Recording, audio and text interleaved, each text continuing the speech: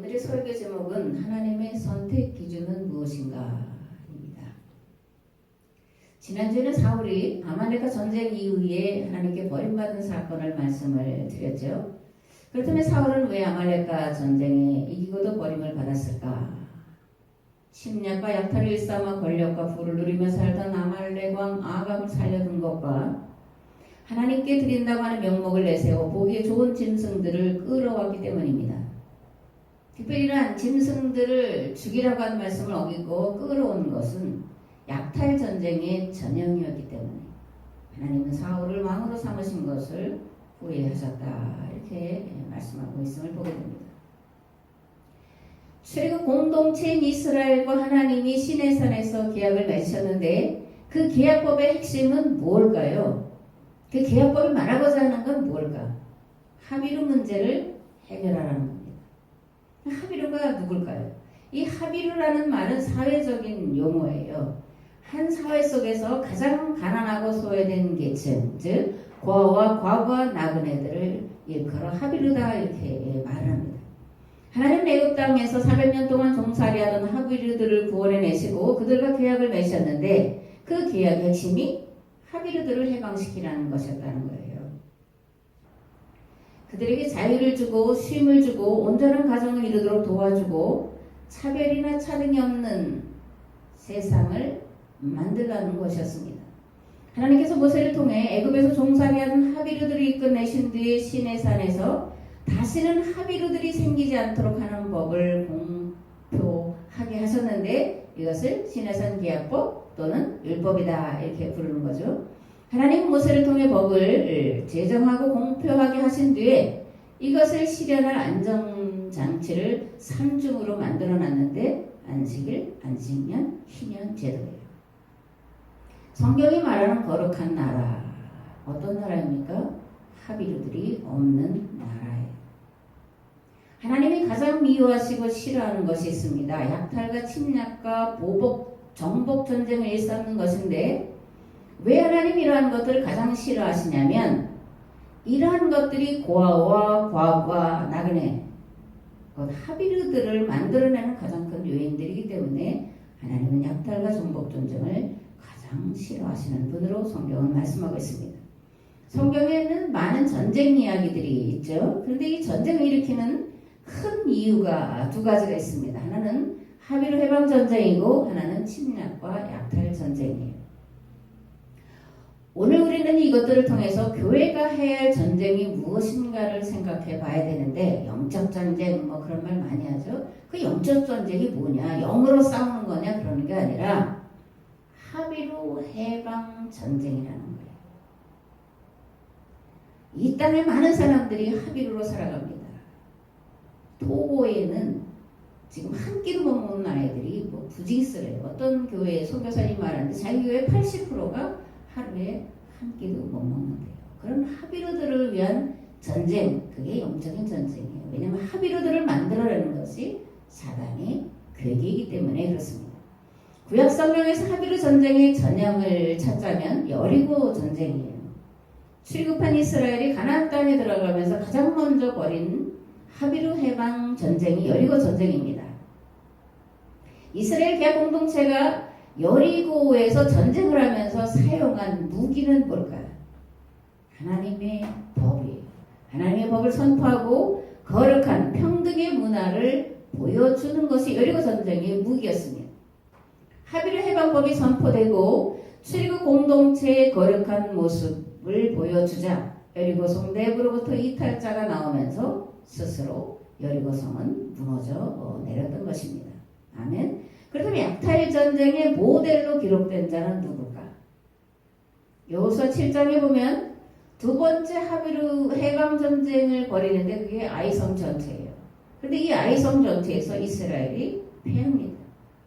그 패하는 요인이 어디에 있었냐면 아간이 여리고 전쟁에서 훔친 몇 안 되는 물품 때문이었다 그렇게 성경은 말씀하고 있습니다. 여호수아 7장 1절에 이스라엘 자손들이 온전히 바친 물건으로 말미암아 범죄하였으니 이는 유다 지파 세라의 증손 삽디의 손자 갈미의 아들 아간이 온전히 바친 물건을 가졌음이라 여호와께서 이스라엘 자손들에게 진노하시니라. 온 가족이 다 협조를 했다라는 거예요. 이스라엘이 가나안 땅에 들어가서 첫 번째 여리고 전쟁을 승리하고 두 번째로 이제 아이성으로 간 거죠. 근데 이 성은 작았어요. 그래서 한 3,000명 정도만 가면 넉넉하게 이기겠다 이렇게 생각해서 3,000명을 올려보냈는데 웬걸 이스라엘이 맥없이 패하게 됐다는 거죠. 그래서 여호수아와 이스라엘 장로들이 하나님 앞에 하루 종일 엎드려서 티끌을 무릅쓰고 그리고 회개하고 있습니다. 그리고 나서 여호수아가 이렇게 기도합니다. 슬프도소이다 주 여호와여, 어찌하여 이 백성을 인도하여 요단을 건너게 하시고 우리를 아모리 사람의 손에 넘겨 멸망시키려 하셨나이까. 우리가 요단 저쪽을 만족하게 여겨 거주하였다면 좋을 뻔하였나이다. 주여, 이스라엘이 그의 원수들 앞에서 돌아섰으니 내가 무슨 말을 하오리까. 가나안 사람과 이 땅의 모든 사람들이 듣고 우리를 둘러싸고 우리 이름을 세상에서 끊으리니 주의 크신 이름 위하여 어떻게 하시려나이까. 여호수아의 이런 기도에 하나님이 이렇게 말씀하십니다. 일어나라, 어찌하여 이렇게 엎드렸느냐. 이스라엘이 범죄하여 내가 그들에게 명령한 나의 언약을 어겼으며 또한 그들이 온전히 바친 물건을 가져가고 도적질하며 속이고 그것들을 그들의 물건들 가운데 두었느니라. 그러므로 이스라엘 자손들이 그들의 원수 앞에 능히 맞서지 못하고 그 앞에서 돌아섰나니 이는 그들도 온전히 바친 것이 됨이라. 그 온전히 바친 물건을 너희 중에서 멸하지 아니하면 내가 다시는 너희와 함께 있지 아니하리라. 너는 일어나서 백성을 거룩하게 하여 이르기를 너희는 내 일을 위하여 스스로 거룩하게 하라. 이스라엘 하나님 여호와의 말씀에 이스라엘아, 너희 가운데 온전히 바친 물건이 있나니 너희가 그 온전히 바친 물건을 너희 가운데서 취하기까지는 네 원수들 앞에 능히 맞서지 못하리라. 너희는 아침에 너희의 지파대로 가까이 나오라. 여호와께 뽑히는 그 지파는 그 족속대로 가까이 나올 것이요 여호와께 뽑히는 족속은 그 가족대로 가까이 나올 것이요 여호와께 뽑히는 그 가족은 그 남자들이 가까이 나올 것이며 온전히 바친 물건을 가진 자로 뽑힌 자를 불사르되 그와 그의 모든 소유를 그리하라. 이는 여호와의 언약을 어기고 이스라엘 가운데에서 망령된 일을 행하였습니다. 약탈전쟁을 하나님 보실 때 망령된 미친 죽어야 마땅한 죄라는 것입니다. 제비를 뽑았죠. 그랬더니 유다 지파 세라의 증손 삭대 손자 갈미의 아들 아간이 뽑혔어요. 한 사람의 죄가 아니라 그 온 가문의 죄였다는 것을 말씀하고 있습니다. 여호수아가 아간에게 묻습니다. 내 아들아, 청하노니 이스라엘 하나님 앞에 영광을 돌려 그 앞에 자복하고 내가 행한 일을 내게 알게 하라. 그 일을 내게 숨기지 말라. 아간이 대답합니다. 참으로 나는 이스라엘 하나님 여호와께 범죄하여 이러이러하게 행하였나이다. 내가 노력한 물건 중에 시날산의 아름다운 외투 한 벌과 은 200세겔과 그 무게가 50세겔 되는 금덩이 하나를 보고 탐내어 가졌나이다. 보소서, 이제 그 물건들을 내 장막 가운데 땅 속에 감췄는데 은은 그 밑에 있나이다. 아간의 말을 듣고 몇몇이 장막에 가서 숨겨두었던 물건들을 찾아서 여호수아와 이스라엘 모든 자손에게 가지고 오자 여호수아가 아간과 그의 자녀들과 그의 모든 소유를 이끌고 아골 골짜기로 가서 돌로 치고 그리고 불사르고 돌무덤을 쌓아놓았습니다. 그러자 여호와의 맹렬한 분노가 그쳤다. 그래서 그 골짜기를 아골 골짜기다 이렇게 부르는 거죠. 아골 골짜기란 불행, 괴로움, 고통이라는 뜻입니다. 사무엘상 15장에 보면 사무엘이 사울에게 아말렉과 전쟁을 하라고 명하는데 그 이유가 뭐였냐면 이스라엘이 가나안 땅으로 향하는 길목인 르비딤에서 아말렉이 가로막았다라는 거예요. 아말렉은 침략과 약탈을 일삼고 살아가는 민족의 대명사였다. 지난주에도 말씀을 드렸습니다. 근데 이 아말렉은 이 르비딤에서만 이스라엘 백성들을 가로막은 게 아니라 이스라엘 가나안 땅에 살아가는 동안 내내 약탈과 침략을 멈추지 않은 그런 민족입니다. 그래서 사무엘은 사울이 왕이 된 지 2년 뒤에 아말렉과 전쟁을 선포하라고 한 건데 여기에 담긴 의미는 뭐냐? 제2의 여리고 전쟁을 펼쳐라. 그런 뜻이에요. 약탈을 근절하라. 약탈 전쟁을 근절하라. 이것이 하나님께서 이스라엘 백성들과 맺은 시내산 계약의 핵심 주제다 그렇게 말씀을 드렸습니다. 다시 말하면 사무엘은 사울을 통하여 이스라엘 본연의 사역을 하라고 명하는 거예요. 그런데 우리가 아는 대로 사울은 사무엘의 의도를 온전히 이해하지 못했고, 그래서 하나님 그토록 미워하시고 근절하라고 한 약탈 전쟁을 벌였던 것이었습니다.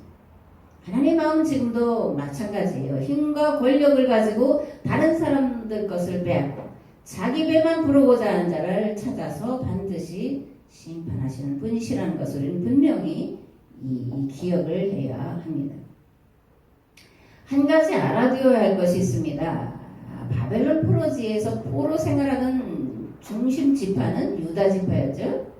반대로 베냐민 지파는 멸종에 가까운 그런 소수였습니다. 역사는 이긴 자의 기록이다, 이렇게 보통들 말을 합니다. 이스라엘 역사 마찬가지로 유다 지파의 입장에서 사울 왕조를 평가하고 있기 때문에 사울에 대해서 가혹한 평가를 내리고 있다는 것을 우리가 알아야 됩니다. 그러나 실제로는 사울은 백성들의 큰 신임을 받은 자였고, 사울은 아내가 한 사람밖에 이름이 안 나와요. 그리고 궁궐을 지었다는 이야기도 없고, 평생을 전쟁하면서 이스라엘 백성들을 아말렉과 블레셋의 손에서 건져낸 자였다. 이게 본래의 사무엘에 대한 평가입니다. 신명기 예언자들은 사울이 왕으로 있던 40년 동안 블레셋과 싸움을 했고 싸움을 할 때마다 승리했다, 이렇게 말합니다. 또 아말렉과 싸움에 이기고 약탈한 자들의 손에서 이스라엘을 건져냈다고 말합니다.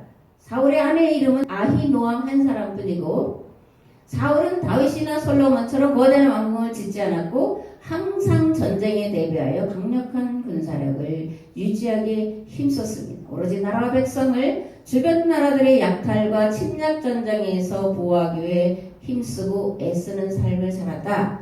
이것이 바벨론 포로지에서 신명기 예언자들이 사울에 대해 내린 재평가였다라는 거예요. 오늘 그런데 전혀 우리는 그렇게 생각을 하지 않죠. 사무엘상 14장 47절에서 57절 말씀은 이렇습니다. 사울이 이스라엘 왕에 오른 후에 사방에 있는 모든 대적 곧 모압과 암몬 자손과 에돔과 소바의 왕들과 블레셋 사람들을 쳤는데 향하는 곳마다 이겼고 용감하게 아말렉 사람들을 치고 이스라엘을 그 약탈하는 자들의 손에서 건졌더라. 사울의 아들 요나단과 이수이와 말기수하여 그의 두 딸의 이름이 이라니 맏딸은 메라비요 작은 딸은 미갈이며 사울의 아내 이름은 아히노아미니 아히마아스의 딸이요. 사울이 사는 날 동안에 블레셋 사람과 큰 싸움이 있었으므로 사울이 힘센 사람이나 용감한 사람을 보면 그들을 불러 모았더라. 아멘.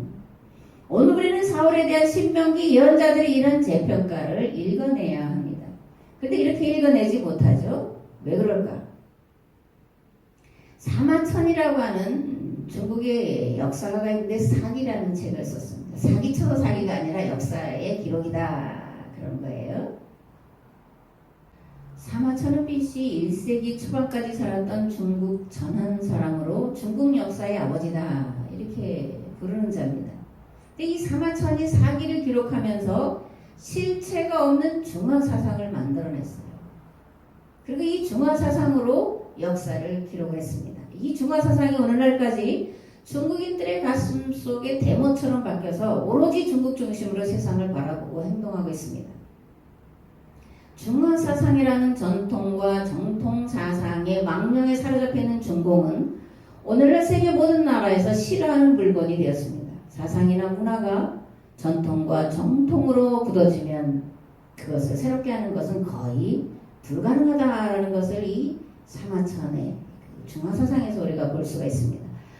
근데 무엇보다도 문제는 종교가 전통과 정통교리로 묶여 있으면 세상을 구원해야 될 종교가 도리어 세상을 죽이는 것이 된다는 거예요.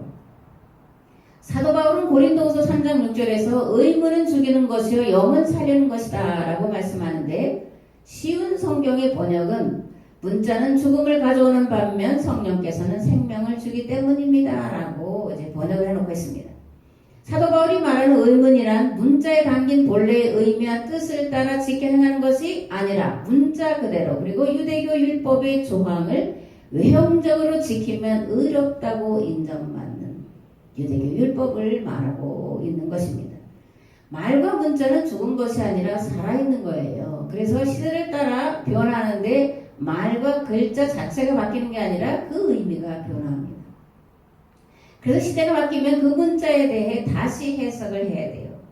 전혀 다른 뜻으로 전혀 다른 의미로 한다라는 게 아니라 본래 그 단어 그 문장에 그 문자에 담겨진 뜻과 의미로 돌이키는 것을 재해석이다 그렇게 말하는 거예요.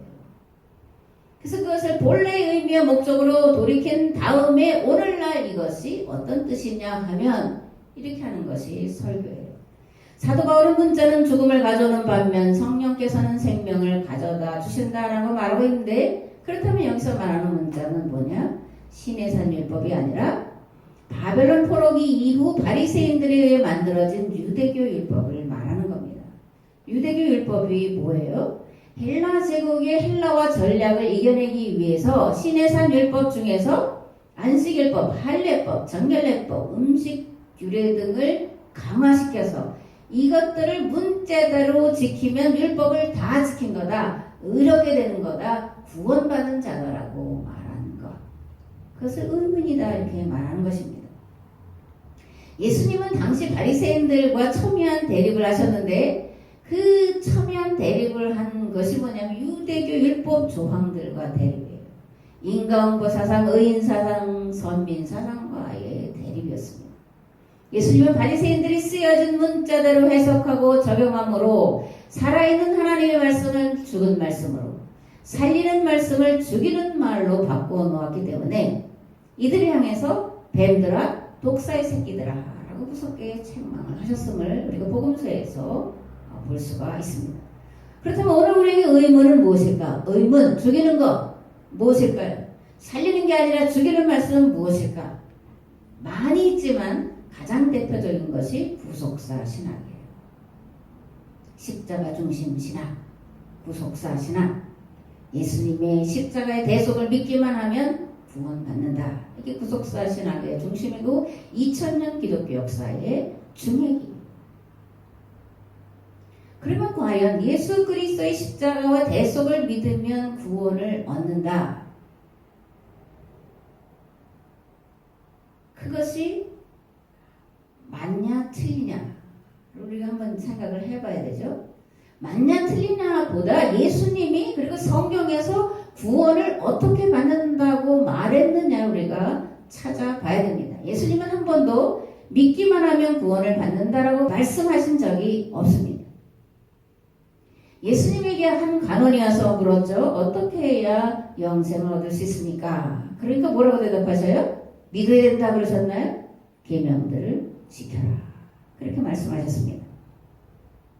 누가복음 18장 18절에서 23절 말씀인데요. 어떤 관리가 물어 이르되 선한 선생님이여 내가 무엇을 하여야 영생을 얻으리까? 예수께서 이르시되 내가 어찌하여 나를 선하다 일컫느냐? 하나님 한 분 외에는 선한 이가 없느니라. 내가 계명을 안 하니 간음하지 말라, 살인하지 말라, 도둑질하지 말라, 거짓 증언하지 말라, 내 부모를 공경하라 하였느니라. 여짜오되 이것은 내가 어려서부터 다 지켰나이다.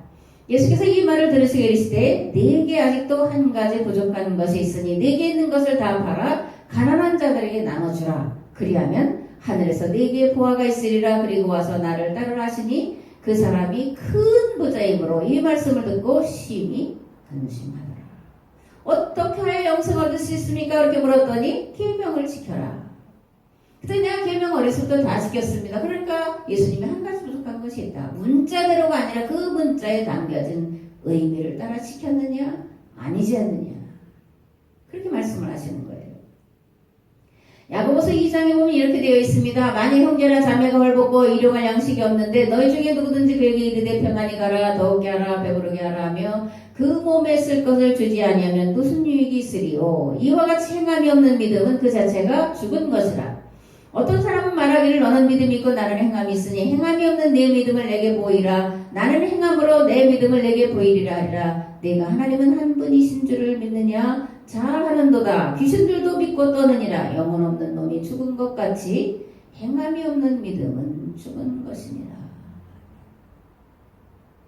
우리가 기존에 갖고 있던 지식이나 고정관념은 새로운 것을 받아들이기 어렵게 철벽을 쳐놓습니다. 이것을 신앙용어로 말하면 도구마다 이렇게 말하는 거죠. 그래서 도구마에 사로잡혀 있으면, 교리에 사로잡혀 있으면 들어도 듣지 못하고 보아도 보지 못하게 되는 거예요. 예수님은 유대교 종교 지도자들인 바리새인과 서기관들을 향해서 소경이요 우맹이라고 책망합니다. 마태복음 23장에 보면 화 있을진저 눈먼 인도자여 어리석은 맹인들이여 맹인된 인도자여 눈먼 바리새인들이여. 그렇게 계속해서 눈 멀었다고 바리새인들을 말합니다. 그거 뭐라 그래요? 우리가 보는데 왜 우리가 소경이라고 하냐 이런 엉뚱한 대답을 하고 있는 것을 보게 됩니다.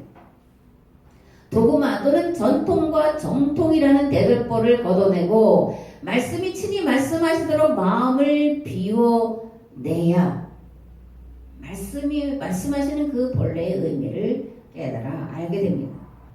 그러면 살았고 운동력 있는 하나님의 성령께서 여러분들에게 듣는 귀와 보는 눈과 깨닫는 마음을 반드시 허락하실 줄 믿습니다. 아멘. 사무엘상 14장으로 돌아가서 그렇다면 사울의 삶을 통해 오늘 우리는 무엇을 깨달아야 할까? 이것쯤이야. 뭐 작은 거 하나 가지고 그렇게 생각하는 작은 것 하나하나가 쌓여서 결국은 하나님의 길에서 멀어지는 결과를 얻게 된다는 것을 깨달아야 돼요. 하나님과 성경과 역사를 잘못 이해하고 잘못 해석하고 잘못 전하는 그런 것들 중에 다가 아니라 작은 부분이 결국 영원히 하나님과 멀어지는 쓰디쓴 결과를 얻게 된다는 것을 우리가 반드시 깨달아야 됩니다. 사울의 실패 원인이 뭐냐고요? 하나님의 말씀을 온전히 그리고 바르게 이해하지 못한 특별히 작은 부분에 있었던 것을 우리가 보게 됩니다. 그 곁에 그런데 사무엘이라고 하는 진실되고 신실한 사람이 있었는데 사울이 실패했죠. 이거를 뭐라고 사무엘의 책임일까? 저는 그렇게 생각은 하지 않습니다. 왜냐하면 300년 동안 제사장들이 해야 될 책임을 감당하지 못하는 것이 사울의 실패의 원인으로 등장하고 있는 것을 보게 됩니다. 첫 번째는 제사장들의 책임이고 두 번째는 부모의 책임이에요. 어릴 때 부모로부터 하나님과 이스라엘과 맺은 계약이 무엇인지 이스라엘 백성들은 무엇을 위해 어떻게 살아야 되는지를 바르게 교육하지 못했기 때문에 그러니까 사울의 부모가 그렇게 가르치지 못한 결과였다 그렇게 생각을 합니다. 그러므로 오늘 우리는 사울을 통해 목사와 교사 또 부모인 자들은 가르치는 자의 중요성을 그리고 가르치는 자의 무한 책임을 깨달아야 될 줄을 믿습니다. 아멘. 사무엘은 사울의 실패를 견딜 수 없었죠. 그래서 오랫동안 슬퍼하고 탄식합니다. 자기의 잘못으로 끌어안은 거예요. 사무엘이 잘못 가르치는 건 아닌데 사울이 받아든 결과물을 보고 자기의 책임으로 끌어안고 슬퍼하며 일평생 사울의 얼굴조차 다시는 보지 못하는 그런 사무엘의 모습을 우리가 볼 수 있습니다. 탄식하며 울며 하나님 앞에 오랫동안 무릎을 꿇고 있으니까 하나님이 사무엘을 찾아오셨죠.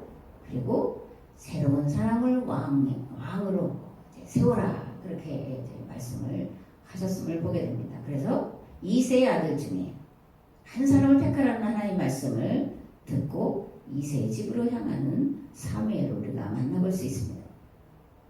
여호와께서 사무엘에게 이르시되 내가 이미 사울을 버려 이스라엘 왕이 되지 못하게 하였거늘 네가 그를 위하여 언제까지 슬퍼하겠느냐. 너는 뿔에 기름을 채워 가지고 가라. 내가 너를 베들레헴 사람 이새에게로 보내리니 이는 내가 그의 아들 중에서 한 왕을 보았느니라. 그래서 이새의 집으로 갔죠. 그리고 다윗에게 기름을 부었습니다. 그렇다면 하나님은 왜 사울의 뒤를 이어서 다윗을 왕으로 선택하셨을까? 하나님의 기준이 있어요. 하나님의 기준은 뭘까? 사무엘상 17장 31절에서 54절 말씀을 봉독을 하겠습니다. 어떤 사람이 다윗이 한 말을 듣고 그것을 사울에게 전하였으므로 사울이 다윗을 부른지라. 다윗이 사울에게 말하되 그로 말미암아 사람이 낙심하지 말 것이라. 주의 종이 가서 저 블레셋 사람과 싸우리이다 하니 사울이 다윗에게 이르되 네가 가서 저 블레셋 사람과 싸울 수 없으리니 너는 소년이요 그는 어려서부터 용사의 민이라. 다윗이 사울에게 말하되 주의 종이 아버지의 양을 지킬 때에 사자나 곰이 와서 양떼에서 새끼를 물어가면 내가 따라가서 그것을 치고 그 입에서 새끼를 건져내었고 그 그것이 일어나 나를 해하고자 하면 내가 수염을 잡고 그것을 쳐 죽였나이다. 주의 종이 사자와 곰도 쳤은즉 살아계신 하나님의 군대를 모욕하니 할례받지 못한 블레셋 사람이리이까 그가 그 짐승의 하나와 같이 되리이다. 또 다윗이 이르되 여호와께서 나를 사자의 발톱과 곰의 발톱에서 건져내셨은즉 나를 이 블레셋 사람의 손에서도 건져내시리이다. 사울이 다윗에게 이르되 가라 여호와께서 너와 함께 계시기를 원하노라. 이에 사울이 자기 군복을 다윗에게 입히고 노투구를 그의 머리에 씌우고 또 그에게 갑옷을 입히매 다윗이 칼을 군복에 차고는 익숙하지 못하므로 시험적으로 걸어보다가 사울에게 말하되 익숙하지 못하니 이것을 입고 가지 못하겠나이다 하고 곧 벗고 손에 막대기를 가지고 시내에서 매끄러운 돌 5을 골라서 자기 목자의 제구 곧 주머니에 넣고 손에 불매를 가지고 블레셋 사람에게로 나아가니라. 블레셋 사람이 방패든 사람을 앞세우고 다윗에게로 점점 가까이 나아가니라. 그 블레셋 사람이 둘러보다가 다윗을 보고 업신여기니 이는 그가 젊고 붉고 용모가 아름다움이라. 블레셋 사람이 다윗에게 이르되 네가 나를 개로 여기고 막대를 가지고 내게 나와왔느냐고 그의 신들의 이름으로 다윗을 저주하고 그 블레셋 사람이 또 다윗에게 이르되 내게로 오라. 내가 네 살을 공중의 새들과 들짐승에게 주리라 하는지라. 블레셋 사람에게 이르되 너는 칼과 창과 단창으로 내게 나아오거니와 나는 만군의 여호와의 이름 곧 내가 모욕하는 이스라엘 군대의 하나님의 이름으로 내게 나아가노라. 오늘 여호와께서 너를 내 손에 넘기시리니 내가 너를 쳐서 네 목을 베고 블레셋 군대의 시체를 오늘 공중의 새와 땅의 들짐승에게 주어 온 땅으로 이스라엘의 하나님이 계신 줄을 알게 하겠고 또 여호와의 구원하심이 칼과 창이 있지 아니함을 이 무리에게 알게 하리라. 전쟁은 여호와께 속한 것인즉 그가 너희를 우리 손에 넘기시리라. 블레셋 사람이 일어나 다윗에게로 마주 가까이 올 때에 다윗이 블레셋 사람을 향하여 빨리 달리며 손을 주머니에 넣어 돌을 가지고 물매로 던져 블레셋 사람의 이마를 치매 돌이 그의 이마에 박히니 땅에 엎드러지니라. 다윗이 같이 물매와 돌로 블레셋 사람을 이기고 그를 쳐 죽였으나 자기 손에는 칼이 없었더라. 다윗이 달려가서 블레셋 사람을 밟고 그의 칼을 그 칼집에서 빼내어 그 칼로 그를 죽이고 그의 머리를 베니 블레셋 사람들이 자기 용사의 죽음을 보고 도망하니라. 아멘. 다윗이 사울 다음 왕으로 선택될 수 있는 준비를 했기 때문에 하나님이 선택하셨다 말씀을 드렸는데 다윗이 준비한 건 무엇일까요? 주어진 일에 최선을 다하는 것이었습니다. 그런데 그것은 단순히 열심히 하고 단순히 최선을 다했다는 얘기는 아니에요. 다윗은 아버지 양을 치면서 자기 양을 치는 것처럼 양들을 지키기 위해 모든 것들을 다하는 자세를 취했다는 거예요. 단편적으로 드러나는 것이 뭐냐면 항상 물맷돌을 가지고 물맷돌을 던지는 훈련을 거듭거듭 했다는 것입니다. 하나님께서 하나님의 일을 대신할 일꾼을 찾으시는 기준이 있습니다. 무엇일까요?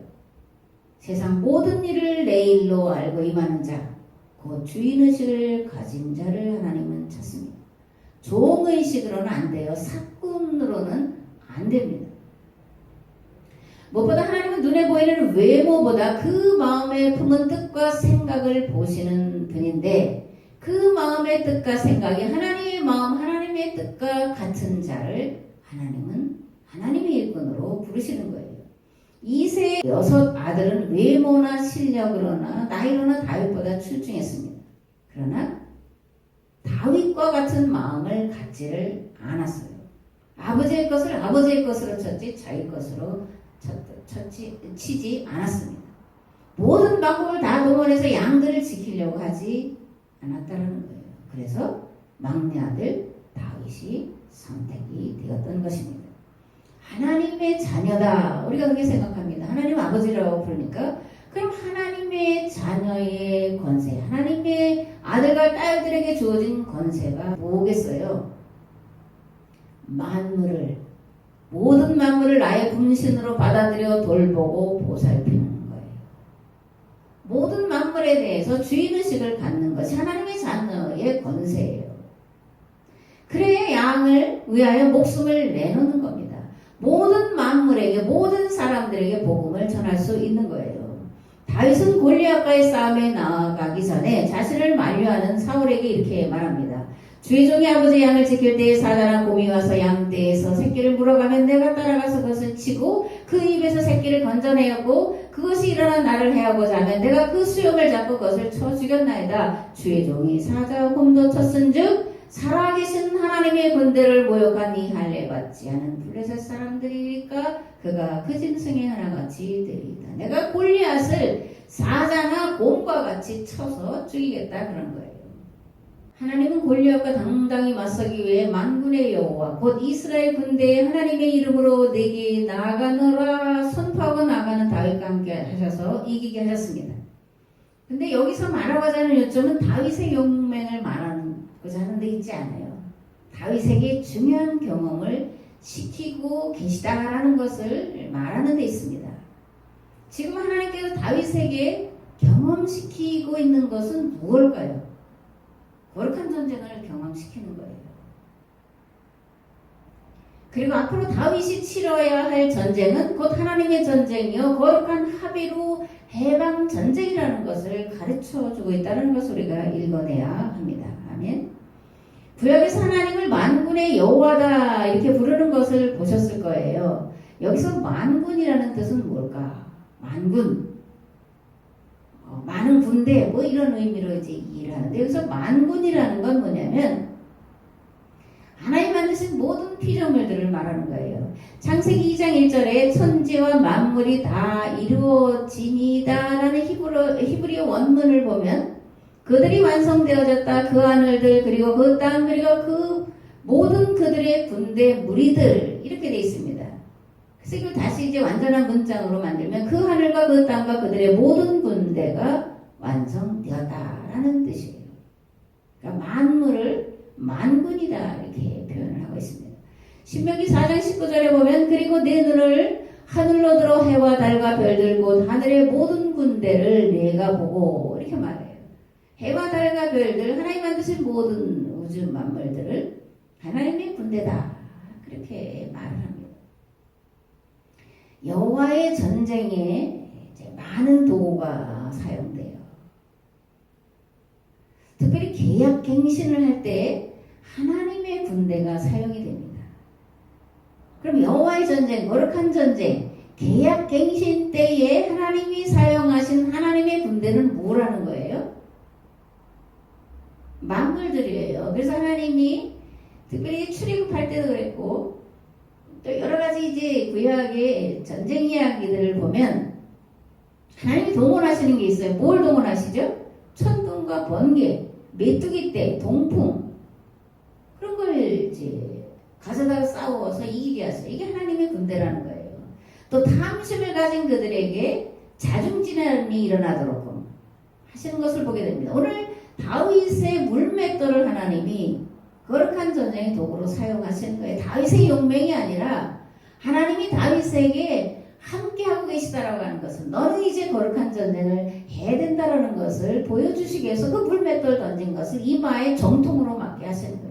물론 다윗이 준비한 것도 있지만 하나님이 거기에 함께 하신 것을 우리가 볼 수 있습니다.